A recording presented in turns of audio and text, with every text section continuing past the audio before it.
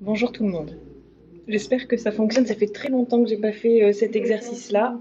Je me lance. Il y a quelque temps, on soumet un document aux enfants de l'atelier en leur demandant de voter pour un visuel qui leur aurait plu mais qu'ils auraient loupé parce que absent le jour de l'atelier en question. Les enfants ont voté pour un poisson en argile avec un ballon de baudruche accroché à la bouche. C'est ce qu'on va faire, ce soir ensemble. Je vous montre. Est-ce que, hop là, il est là, il a plus son ballon. Son ballon s'est dégonflé, mais j'en ai regonflé un. Là, on fait ça. Alors, il faut que je fasse un truc comme ça. Ce qu'il vous faut. Ce qu'il vous faut pour l'atelier, si vous le faites là avec nous, c'est un morceau d'argile. Ici, moi j'en ai coupé plusieurs petits bouts pour le poisson. Un tout petit peu d'eau dans un récipient, hop, ici. Une espèce de pic à brochette, à brochette, un truc pointu, quoi, comme ça. Et pourquoi pas, pour la finalisation, le fil de métal et le ballon de baudruche. Allez, c'est parti. Oh, je crois que j'ai loupé un truc. Bon, attendez, je fais ça.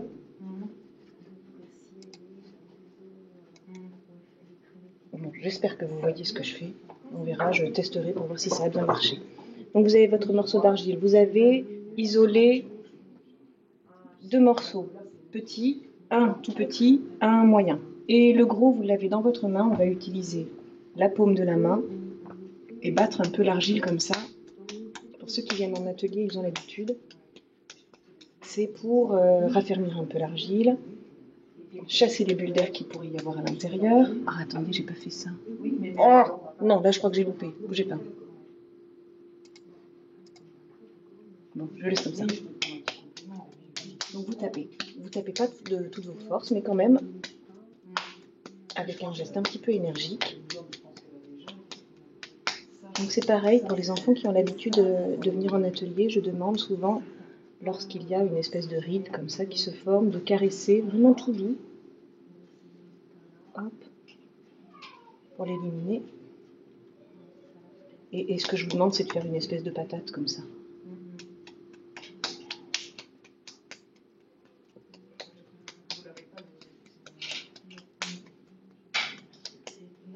Hop. Si vous n'en êtes pas là, vous faites pause. Bon, je pense que ça peut marcher comme ça. Faites pause. On va passer à... donc on a ça, on a le corps du poisson, sans la bouche, sans les yeux, sans les nageoires. Et je veux faire ce petit étranglement là pour dissocier le corps de la queue du poisson. Donc je repars de ma patate, de mon œuf, et avec le bas de mes mains comme ça, je vais serrer. Vous voyez ? Je serre et pareil sur le dessus.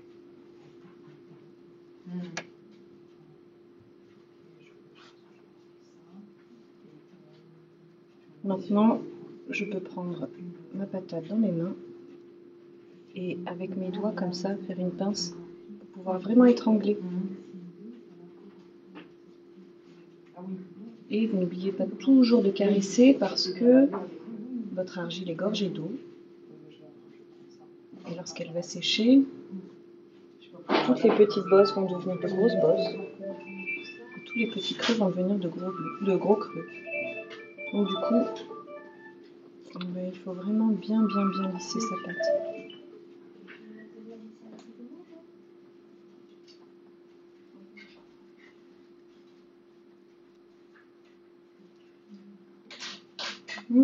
Ma queue là, alors attendez, c'est un peu moche. Hop, hop, je fais un petit creux. Donc avec mon doigt, je mets mon doigt. Oh, est-ce que vous avez un bon angle là? Ouais. Hop là. Ici.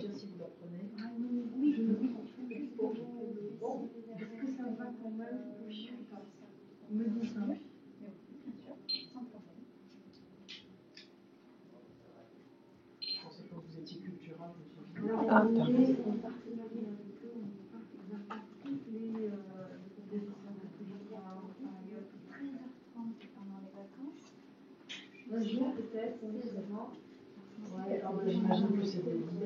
Donc ici, là, donc ma queue, j'estime qu'elle est terminée pour l'instant. Je vais avoir envie que le haut du corps soit un peu plus pointu pour le visage, on va dire, de mon poisson, pour pouvoir placer ma bouche. Donc avec, vraiment éviter de mettre les bouts de doigts, mais vraiment avec la paume, en resserrant comme ça ma main. Je vais faire en sorte d'avoir une extrémité un peu plus pointue que ce que j'avais tout à l'heure et je tourne ma pièce comme ça pour que ce soit un petit peu bien réparti, assez homogène. Toujours je caresse pour lisser.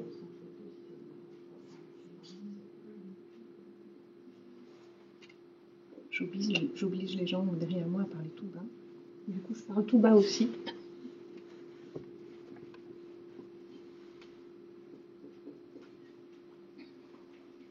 Attendez, je cherche le meilleur angle pour que vous y voyez bien. Hop, ouais, allez.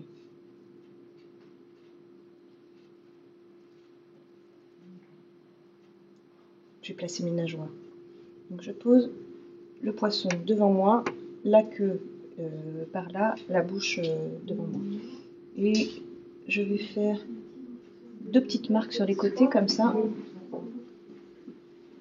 J'espère que vous voyez, j'ai juste enfoncé mon doigt un petit peu. C'est l'endroit où je vais vouloir mettre mes nageoires. Je prends les 2 moyens bouts et je fais une boule. Donc je tape.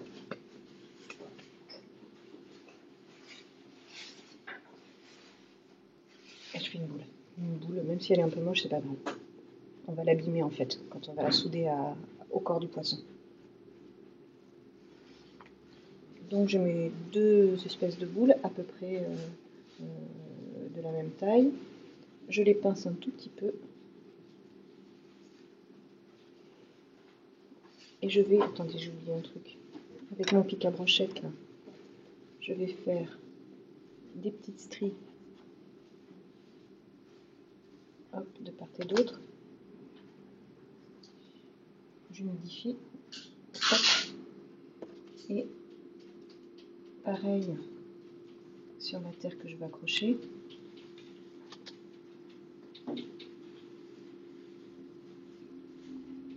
Et je prends mon poisson en sandwich. Tac. Le micro est hyper loin, je me rends compte, j'espère que vous l'entendez bien en fait. Et j'espère que vous y voyez quelque chose. Allez, je me mets comme ça. Donc ça, c'est pas du tout bien soudé. Avec mes doigts, je vais venir caresser pour vraiment tout bien lisser, là, surtout ici à la croche, pour que mes nageoires soient bien accrochées de part et d'autre de mon poisson et qu'elles ne se décrochent pas au séchage.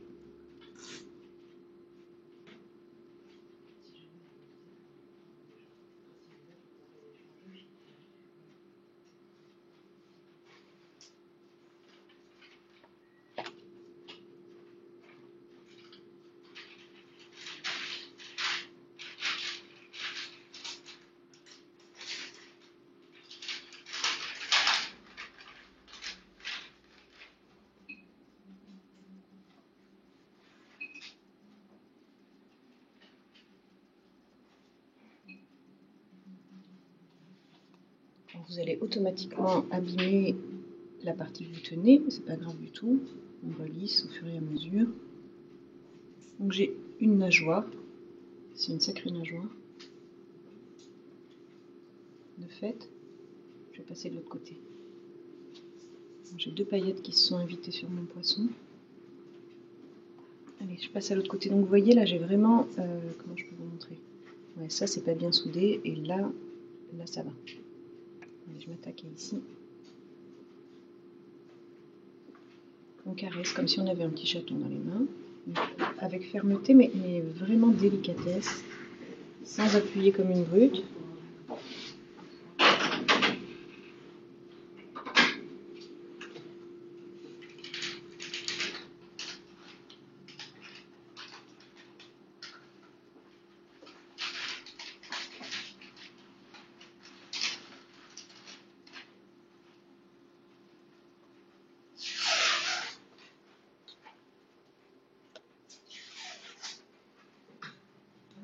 Et Là, je le remets comme ça sur mon plan de travail pour avoir une vue d'ensemble.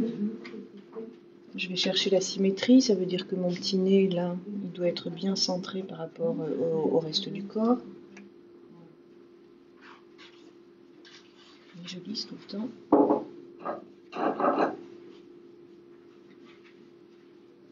Alors, je vous ai dit de prendre un récipient avec de l'eau parce que parfois j'en ai pas. Moi, ma terre, elle est assez grasse. Mais parfois, votre terre, vous pouvez constater qu'elle manque d'eau parce qu'elle fait des petites ridules. Et si jamais c'était le cas, vous humidifiez juste le bout de vos doigts. Vous frottez vos mains. Elles vont se gorger d'eau et voilà, vous réhydratez votre terre comme ça. Il ne faut pas l'inonder d'eau. Il ne faut pas l'inonder d'eau, la terre deviendrait vraiment difficile à travailler.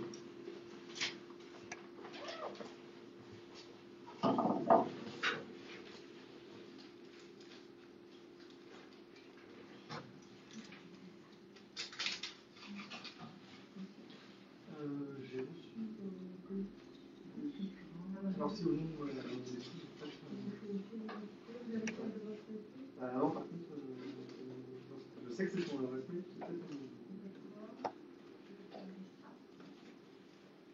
c'est Caroline.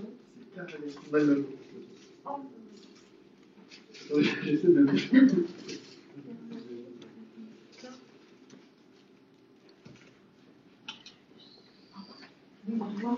Voilà,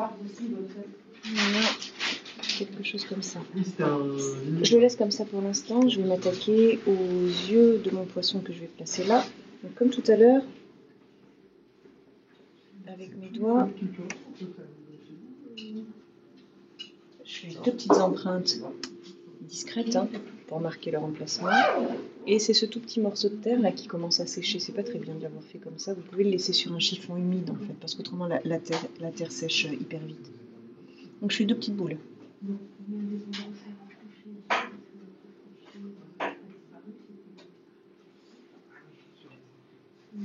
Deux petites boules.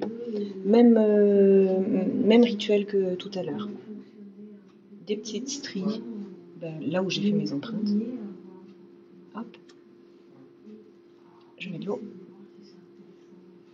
Petite strie sur les deux petites boules.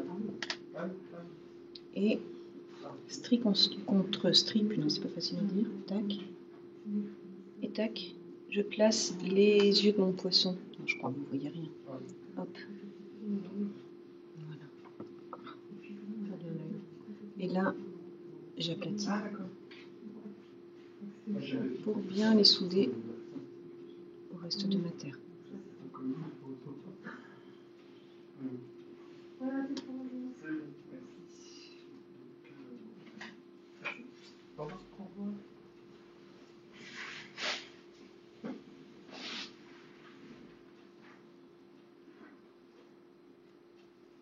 Je vais vouloir travailler ma bouche.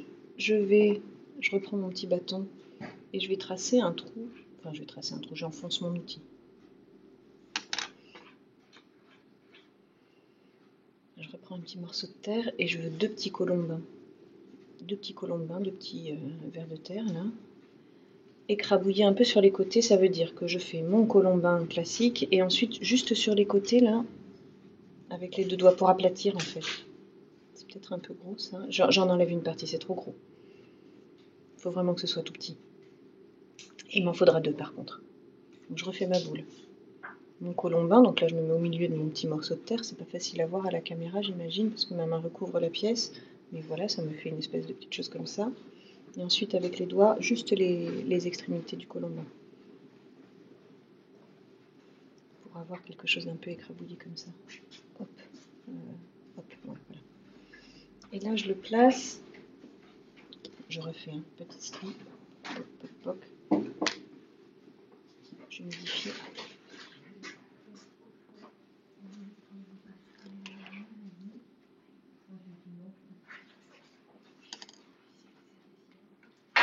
Et je passe en haut de ma bouche et un peu, vous ne voyez plus là, un peu une courbe en pont, une petite moustache, hop, en pont qui vient envelopper le petit trou que j'ai fait juste avant. Voilà. Et je refais la même chose pour le bas de sa bouche. Donc je récupère le morceau que j'avais retiré tout à l'heure. Je fais cette forme un peu écrabouillée aux extrémités. Petite strie.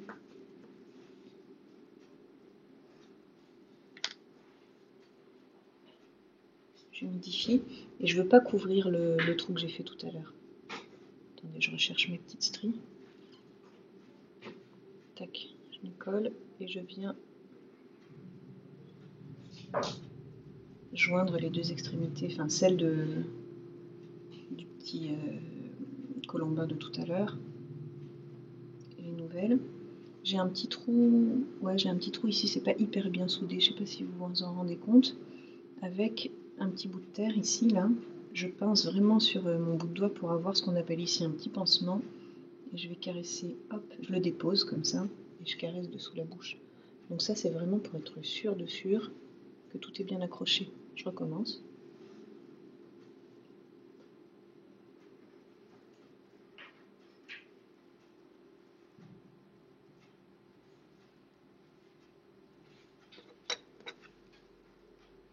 Je vais récupérer mon petit trou.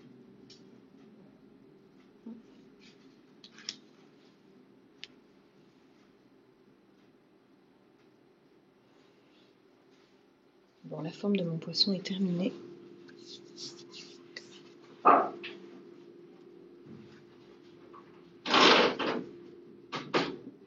Si vous l'avez allumé, vous caressez doucement les zones que vous voulez modifier ou lisser. Mais le voilà, je ne sais pas comment vous le montrer pour que vous le voyez bien. J'ai un petit défaut.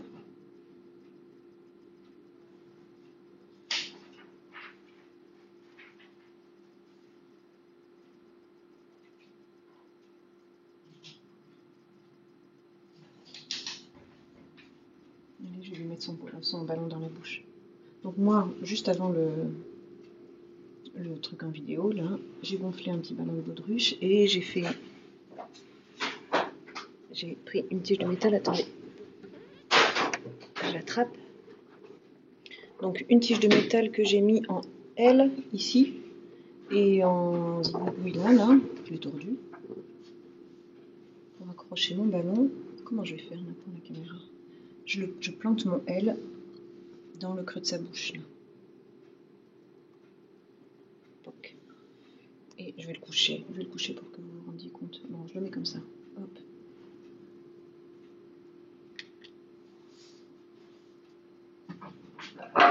Et je vais le coucher pour que vous vous rendiez compte.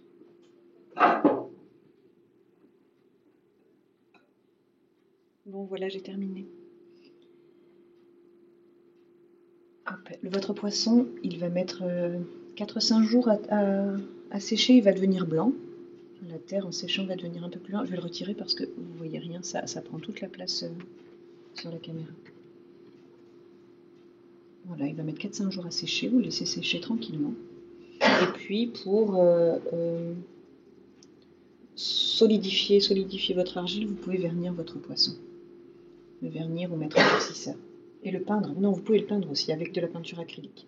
Bon, je vous souhaite de bonnes vacances. C'est les vacances. Alors attendez, il faut que je fasse un autre truc. Hop. À bientôt.